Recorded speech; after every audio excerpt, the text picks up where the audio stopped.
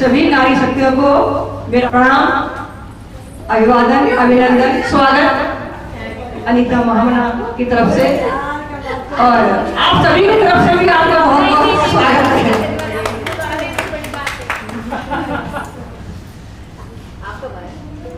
अभी अपना प्रोग्राम वैसे तो लगता है कि 12 बजे तक सभी आ जाने चाहिए और सबसे पहले मैं स्वागत करना चाहूंगी जो बाहर से आए हुए हैं वो पहले आ गए यहाँ पर और जयपुर वाले अभी तक नहीं आए, तो उनके लिए बहुत बहुत धन्यवाद।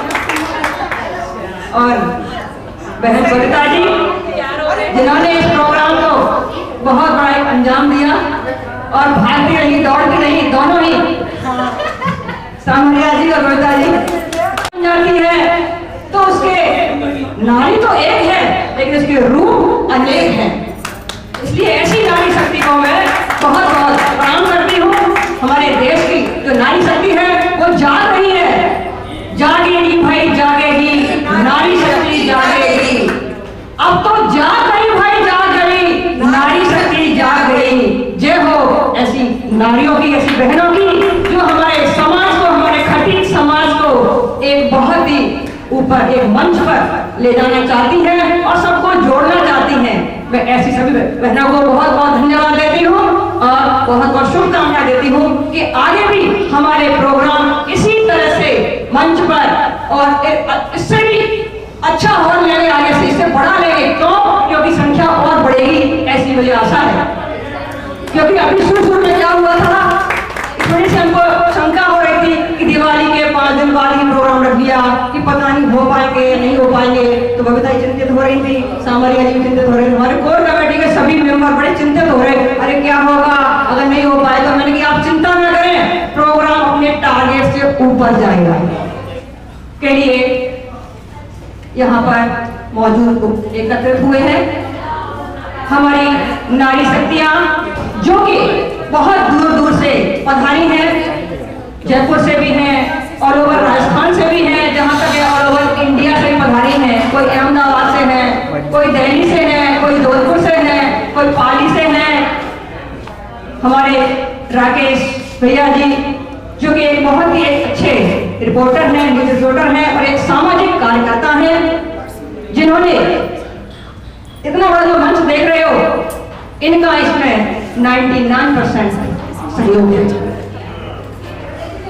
तो ऐसे भाई राकेश के लिए मैं बहुत ज्यादा धन्यवाद देती हूँ और इनको अभिनंदन करती हूँ, प्रणाम करती हूँ कि ये भाई दिन दूनी रात चौगुनी तरक्की करें और इसी तरह से हमारे प्रोग्राम को आगे बढ़ाते रहें जब तक हमारा पूरा खटीक समाज ऑल ओवर वर्ल्ड का एक मंच पर ना आ जाए तब तक हम सांस नहीं लेंगे।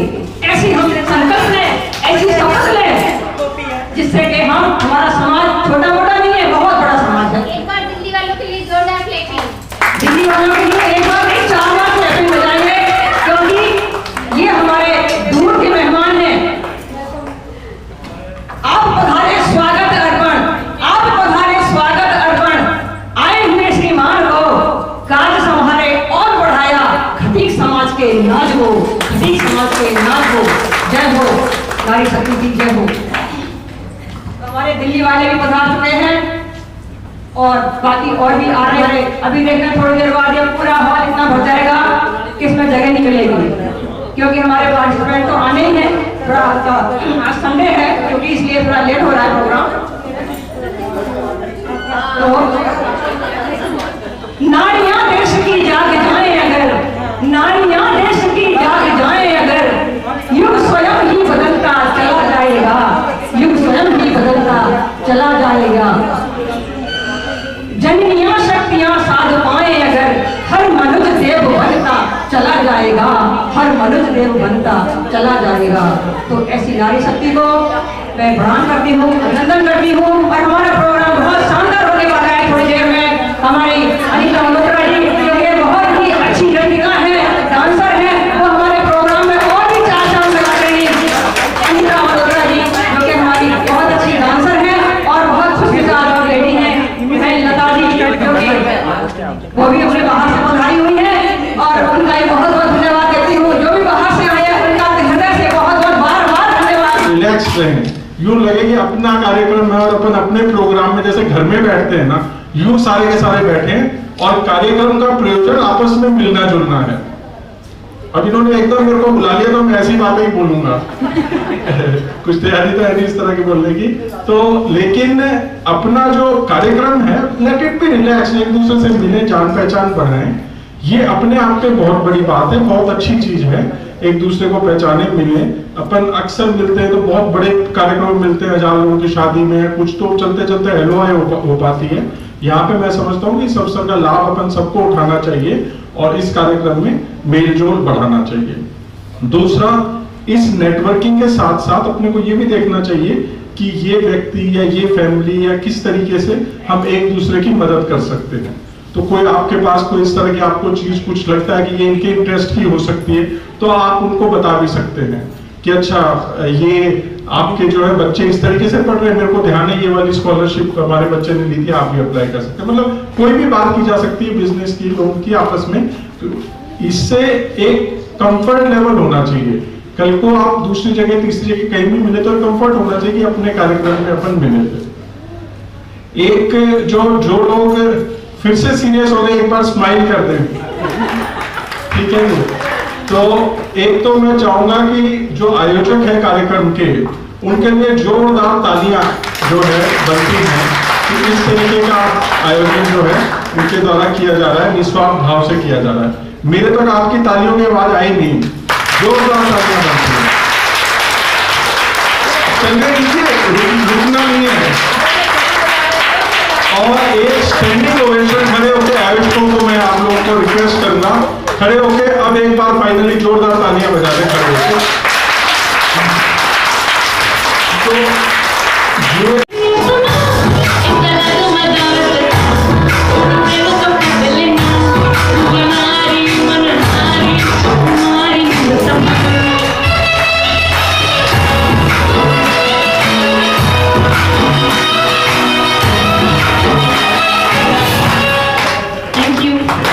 आयोजन उन्होंने किया, उनकी पूरी टीम इसके प्रोग्राम के लिए महीनों से तैयारी करती है। तो मैं उनकी पूरी टीम को उस फंक्शन के लिए भी और आज के फंक्शन के लिए भी बहुत बहुत कॉन्ग्रेचुलेट करना चाहूँगी, धन्यवाद देना चाहूँगी। आप लोग इसी तरह जयपुर में अपना आना जाना रखें। सभी समाज के जितने भी सदस्य हैं, महिलाएं हों और पुरुष हों, सब एक दूसरे से अपना मिलना जुलना रखें। सभी के लिए मेरी ओर से बहुत बहुत शुभकामनाएं। Thank you.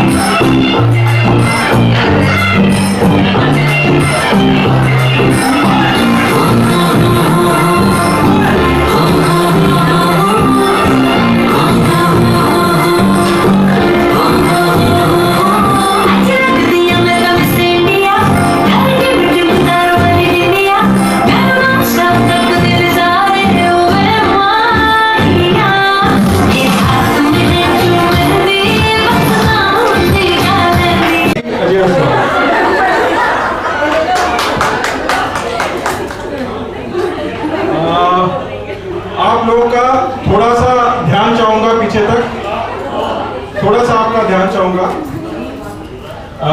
एक तो जो अपना परिचय तो मैं दूंगा ही, ये जो आयोजन हो रहा है ये सुबह भी मैंने कहा था, तब शायद कई लोग नहीं थे, ये एक निस्वार्थ भाव से केवल मेल जोल के हिसाब से हो रहा है, तो आयोजकों के लिए जोरदार तालियां आप सभी से चाहूंगा। मैं अजय अस्वाल हूँ, RS हूँ, वर्तमान में मुख्यमंत्री महोदय के साथ ज्वाइंट सेक्रेटरी हूँ और अधिकांश लोगों से तो परिचित हैं। हमारे आपस में जो है बटे हुए नहीं रहे। जिस दिन हम बटे नहीं रहेंगे ना, उस दिन हमारे समाज में बहुत ताकत है, बहुत लोग सोचते हैं कि यार वो फलाने जी प्रोग्राम करा रहे हैं, अरे उन्होंने मेरे को तो फोन करके कहा नहीं, मैंने तो केवल व्हाट्सएप ग्रुप में पढ़ा था। अरे वो फलाने जिनसे हमारी नहीं बनती वो आगे आगे हो जाएंगे, वहां तो हम नहीं जाएंगे। कृपया ये सोच अपन जिस दिन छोड़ देंगे, हम सभी कुछ हद तक इस सोच से पीड़ित हैं, तो ये अपन छोड़ेंगे तो हमारा समाज उतना ही। तो शैक्षणिक टिकट की भी बात करूं, सब तरह से कोई शिक्षा में जा रहा है और हम उस बच्चे को अवसर दिला सकते हैं तो वो अपने को दिलाना चाहिए, कुछ स्कॉलरशिप दिलानी, कुछ भी कराना है। ई से ईर्ष्या, ईर्ष्या जो है वो हमको किसी तरह खत्म करनी पड़ेगी। मैं खुले में मंच से कह रहा हूं कि बहुत सारी जातियां इस तरह की अनुसूचित जाति के अंदर जो ये कहती है कि साहब ये खटीक जो हैं इन्होंने संख्या कम है लेकिन इनके पास संसाधन ज्यादा ले लिए, जबकि ऐसा कुछ नहीं है। तो कहीं ना कहीं हमारी भी कमी रही कि उन समाजों को हम इतना अच्छे से जोड़ नहीं पाए, कुछ उनकी भी सोच में कमी रही। तो ये ईर्ष्या जब तक खत्म नहीं करेंगे तब तक अनुसूचित जाति एज ए होल इकट्ठे होकर अपने हितों की बात अपन नहीं कर पाएंगे। तो आप सभी से आग्रह है कि इस ईर्ष्या को खत्म करें। और उसके लिए मैं ये कहना चाहूंगा कि ईर्ष्या का एक बड़ा कारण है कि हम में से कुछ खटीक कहते हैं, अरे भाई हम खटीक एससी तो हो गए, हम वास्तव में राजपूत थे फलाने, हम गलती से एससी के अंदर हमको गिन लिया। देखिए, आप जब ज्यादा इतिहास पढ़ेंगे, लिटरेचर पढ़ेंगे, तो एम.एन. श्रीनिवास की किताब है संस्कृताइजेशन पे, उसको 10 मिनट पढ़ लीजिए। उसमें लिखा है कि हर एक जाति जहाँ पे जाति वर्ण व्यवस्था में बैठी हुई है खुद को उससे ऊपर का साबित करने में लगी रहती है और उसके लिए वो पुराने किसी न किसी इतिहास के झूठे पन्ने को उठा लाती है कि हम ये नहीं ये हैं। और आप लोगों में जिसकी भावनाएं सुन के आहत हो रही हो, मैं ये बता दूं कि सभी जातियों में है, केवल एससी एसटी में नहीं, ओबीसी में भी, सबके अंदर है कि हम फला जगह राजा होते थे, उसके बाद हमको गुजर बना दिया। तो इस तरीके से सभी जातियों में है। और ये ईर्ष्या और बढ़ती है जब हम ये कहते हैं कि नहीं साहब हम तो फला थे, बाकी एससी की कास्ट से हम तो ऊपर थे और ऊपर थे, अभी भी ऊपर है। तो ये चीज जब तक हम खत्म नहीं करेंगे तब तक वो ईर्ष्या बनी रहेगी। लास्ट में क से कारोबार, हमको एक दूसरे का कारोबार किसी तरह का भी हो, चाहे बिजनेस है चाहे नौकरी है, एक दूसरे की मदद यथासंभव करनी चाहिए। कारोबार के अंदर नौकरी में तो मदद करनी चाहिए। बहुत सारी ऐसी बिजनेस अपॉर्चुनिटीज है, आज मेरे को घर में कुछ लगाना है, कुछ खरीदना है, ये पार्टी करनी है। एक भाई ने डाला भी था ग्रुप के अंदर कि ये हमारे समाज के हैं और ये बहुत अच्छा इनका प्रोडक्ट है, सोलर से रिलेटेड था और इसको ले सकते हैं, मेरा अपनाया हुआ है। तो इस तरह से कई मदद कर सकते हैं जरूरतमंद, और आपको लगता है कि अच्छी चीज वो करते हैं, अच्छा उनका प्रोडक्ट है तो यूज कर सकते हैं। दूसरा, अपना नेटवर्क। मुझे मौका मिला भारत सरकार की ओर से 20 स्टेट्स में जाने में, 20-25 कंट्रीज में जाने का, देखने का। सब जगह मेरे को अपने लोग वेल सेटल्ड मिले। अगर हम आपस में नेटवर्किंग रखें तो हम निश्चित तौर पे कारोबार में एक दूसरे की मदद कर सकते हैं। लेकिन उसके लिए जरूरी है कि हम एक कुएं से बाहर का भी सोचना शुरू करें। आज मैं चीफ मिनिस्टर ऑफिस में हूँ, जो खटीक समाज के लोग मेरे से मिलने आते हैं 100% केवल तबादले के लिए आते हैं। बड़े दुख की बात है, कोई भी अन्य योजनाओं का लाभ लेने नहीं आता कि साहब हमारे बच्चे को स्कॉलरशिप दिला दो, हमको फला लोन दिला दो, हमको अपना जो है सेल्फ हेल्प ग्रुप बनाना है, हमको इस स्कीम के अंदर जो है अपना स्टार्टअप शुरू करना है। इस तरह की चीजों में आप आइए तो बहुत खुशी होगी, उससे समाज ज्यादा आगे बढ़ेगा। ये तो सोच ये रहती कि सरकारी आदमी है तो वो केवल अपने तबादले से बाहर नहीं सोच पाता। तबादला भी महत्वपूर्ण है, जितना हो सकता है उसमें भी प्रयास हम करते हैं, लेकिन हमारी भी लिमिटेशंस रहती है। कुछ कर पाते हैं, कुछ करवा पाते हैं, कुछ नहीं करवा पाते।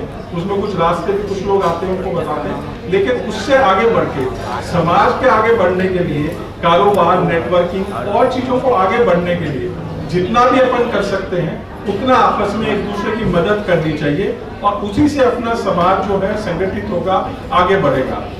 आजकल अलग अलग कास्ट जो है, अलग अलग, अब नाम लेना उचित नहीं रहेगा, अपने अपने प्रेशर ग्रुप्स बना के अपनी अपनी डिमांड्स रख रही हैं। कम से कम हमारी जो जेन्युइन मांगे हैं वो जेन्युइन मांगे तो हम इकट्ठे होकर रखें, ताकि कोई ये नहीं कहे कि साहब ये तो मांग रहे हैं लेकिन इनके कास्ट के दूसरे आदमी पता नहीं क्या मांग रहे हैं।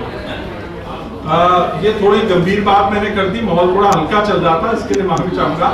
लेकिन एक चूंकि आप लोगों से रूबरू होने का मौका मिला तो मैंने सोचा कर लेता हूँ। अब मेरा आप सबसे आग्रह है कि मजे से एंजॉय करें, नाचना गाना जो भी अपना ही घर का चल रहा है, जिसको जो परफॉर्मेंस देना है परफॉर्मेंस दें। जिनसे आपकी बात नहीं हुई, आप एक टेबल पे 1 घंटे से बैठे हो, दूसरों से नहीं मिले तो दूसरे टेबल पे आके मिल लीजिए। जरूरी नहीं कि जिनको जानते हैं उनसे मिले। यहाँ आने का मकसद ये है कि सभी से मिले, घुले मिले और बिना किसी मकसद के, बिना किसी पर्पस पे आपस में घुले मिले, खूब एंजॉय करें। और आयोजकों से मेरा आग्रह है कि जो परफॉर्मेंस नहीं दे उसको दरवाजे से बाहर नहीं जाने दें। आप लोगों ने इतने धैर्य से सुना और मुझे भी बोलने का मौका मिला, घर पे तो मैडम नहीं बोलने देती, तो इतने धैर्य से सुना उसके लिए बहुत बहुत धन्यवाद। जय हिंद, जय भीम, जय भारत।